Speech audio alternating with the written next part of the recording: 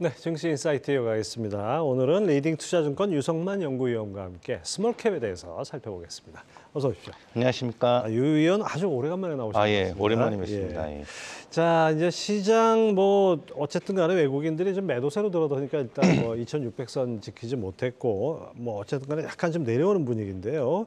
스몰캡 입장에서 봤을 때는 어떻게 이거 평가할 수 있습니까? 예, 그래서 역시나 이제 최근 시장이 코스피도 2600 거의 왔고 그리고 코스닥도 800대 후반 오면서부터 분명히 좀 특히나 올 상반기에 증시가 다들 기대 이상으로 좋았지 그렇죠. 않습니까? 그러다 보니까는 좀 이제 좀 단기간에 좀 지수 급등에 대한 분명 이런 피로감 그런 게 분명히 있습니다. 그래서 좀 이제 기관이 됐건 개인분이 됐건 좀 이제 작년 말이나 올해 초에 매수하셨던 분들은 좀 이렇게 흔히 말하는 차익 실현 그런 것도 있고요. 그러다 보니까 좀 시장에서는 좀 이렇게 분위기가 좀 이렇게 앞으로 이제 가장 큰 관심이 그럼 올해 하반기는 어떻게 될 거냐인데 좀 이렇게 올해 상반기 같은 그럼 지수가 막 급격하게 좀 오르는 것보다는 좀 이렇게 뭐랄까 좀 특정 섹터나 이런 테마나 좀 종목별로 좀 이렇게 좀 선별해서 올라가지 않겠느냐 좀 그런 게 있습니다. 그래서 좀 전반적 증시가 좀 약간 좀 이렇게 좀 경계하는 게 분명히 있긴 있습니다. 사실 지수가 올라가는 거는 대형주가 올라가는 거고 스몰캡 입장에서는 지수와 관계없이 어떤 재료가 있거나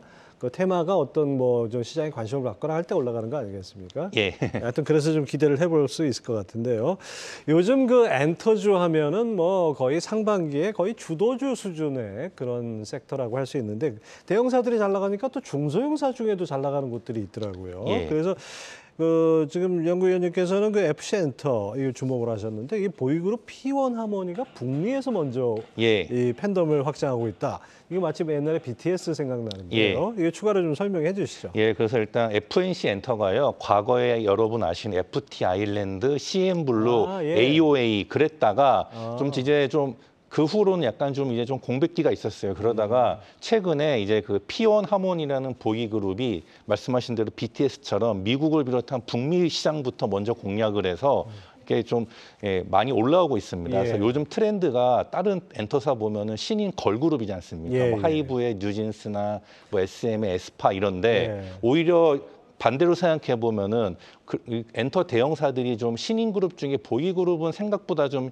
크게 히트를 못 치고 있는데 FNC 엔터가 요 P1 하모니를 가지고 히트를 치면서 이번에 미니 6집을 냈는데 이 초동 판매량이 25만 장 기록하면서요. 지난 미니 5집 대비 2배 이상 됐고 이 추세라면 총 판매량이 30만 장 당연히 넘고 40만 장 가까이 팔릴 것으로 보입니다. 그래서 이 P1 하모니 보시면 지난 미니 5집 때 미국 공연 상황인데 사진인데요. 지난번에도 상당히 좋은 반응을 보여서 이번 6집 앨범 국내 활동을 마치고 이번에는 중남미, 캐나다 그리고 대양주 위주로 또 월드 투어를 시작합니다. 그래서 한번 여러분 꼭 이게 FNC 엔터 소속이기도 하지만 어찌 보면 이게 좀 신인 그룹 중에 걸그룹만 잘 되는 상황에서 오히려 대한민국 요 K-팝 그룹 중에 눈에 띄는 이 신인 보이 그룹 중에 하나입니다. 그래서 P1 하모니 한번 봐주시고 또 P1 하모니가 소속된 FNC 엔터도 제가 보기엔 실적과 주가 모두 P1 하모니의 이 성장과 연동될 것 같습니다. 과거 방탄소년단 BTS가 그러지 않았습니까? BTS 처음 10년 전에 등장을 했을 때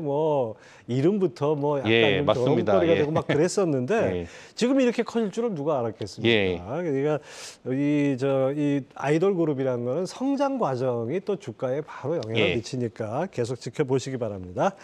자, 그다음에 리포트 보니까 그 한국, 일본에서 신인 보이그룹과 걸그룹이 데뷔하는 것도 성장 모멘텀이 될 거라고 보셨어요. 어떤 얘기입니까? 그래서 일단 첫 번째는 여기가 이제 신인 밴드 그룹이 그 하이파이 유니콘이 이번 달 말에 이제 데뷔를 앞두고 있고요. 그래서 여기가 전통적으로 말씀드린 대로 CN블루 하다 보니까 이 그 보이 밴드 그룹이 강한데 일종의 제2의 CN블루라 보시면 됩니다. 정확히 말하면 요즘 MZ 세대판 CN블루라 보시면 되는데 그러니까 댄스보다는 이제 악기를 연주하는 맞습니다. 여기가 이제 SBS M 프로그램에서 오디션을 해서 최종 우승한 이미 실력이 검증된 밴드 그룹입니다. 그래서 일단 이게 되면은 기존의 FT 아일랜드, CN블루 있는 또 다른 이제 FNC 엔터의 신인 보이 밴드 그룹으로 자리 잡을 거고, 그다음에 이제 걸그룹 쪽인데요. 여기가 작년에 일본 자회사인 FNC 재팬에서 일본의 그 NTV 서바이벌 방송에서 후이즈 프린세스라는 프로그램을 공개 오디션을 통해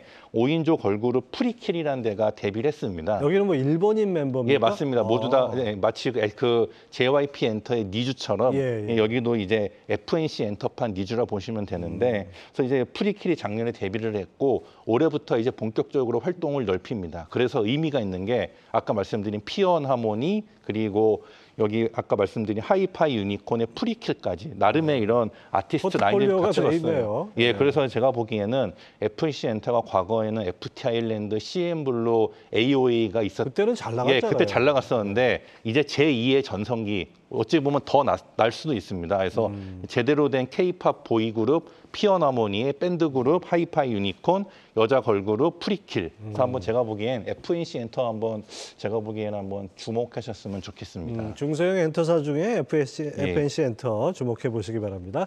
자, 그다음에 위원님 그 리포트 보니까 YG 플러스의 본격 실적 성장을 전망하셨는데 어떤 모멘텀이 있는 겁니까? 그래서 일단 YG 플러스는요. 기본적으로 YG 엔터테인먼트 소속 아티스트들의 국내외 음원 음반 유통을 하고 있고요. 그리고 MD 우리 흔히 말하는 굿즈 유통도 하고 있습니다. 그래서 YG 엔터 소속의 아티스트 예를 들면 뭐 블랙핑크나 뭐 이런 그룹들이 이제 글로벌 국내 활동이 늘고 뭐 앨범 컴백 앨범 발표하고 할수록 당연히 실적이 좋아지고요. 또 여기는 하이브에 글로벌이 아닌 국내 음원 음악 유통까지도 하고 있습니다. 아, 그것도 맡고 있어요? 예, 그래서 역시나 하이브 아티스트들이 뭐 신인 데뷔나 아니면 컴백했을 때 국내 음원 음반 유통도 하기 때문에 이와 관련해서 실적이 좋아지고요. 또 여기가 그 네이버의 음원 플랫폼인 바이브의 위탁 운영을 하고 있습니다. 예, 그래서 또 여기 또 그 YG 플러스 지분 구조 보시면은 YG 엔터가 대주주지만 또 그 하이브의 그 자회사인 리버스가 또 지분을 가지고 있습니다. 그렇기 때문에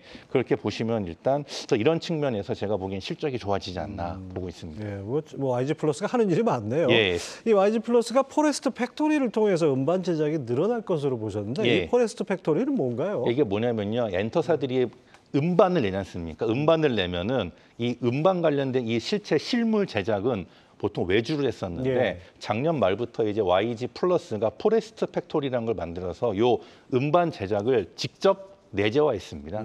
예, 그래서 이제 일단은 당장은 이제 YG 엔터 소속 아티스트들이 앨범을 내면은 요 포레스트 팩토리를 통해서 하기 때문에 그런 측면에서 일단 수익성이 있고 또 이제 YG 엔터를 넘어서 다른 우리나라 엔터사들도 여기 포레스트 팩토리를 통해서 아마 그 음반을 제작할 것으로 보입니다. 그렇게 되면은 일단 이게 기본적인 YG 엔터 소속 아티스트를 앨범에 타 엔터사 앨범까지 제작하게 되면은 이런 측면에서 일단 YG 플러스의 이런 또 다른 수익원으로 그래서 여기 올해 1분기에 YG 플러스가 실적이 잘 나온 이유 중에 하나가 이 포레스트 팩토리 관련된 매출이 여기에 1분기부터 반영되면서 실적이 좋게 나왔습니다. 그렇군요. 예, 아무튼 YG의 그 YG 플러스도 같이 한번 살펴보시기 바랍니다.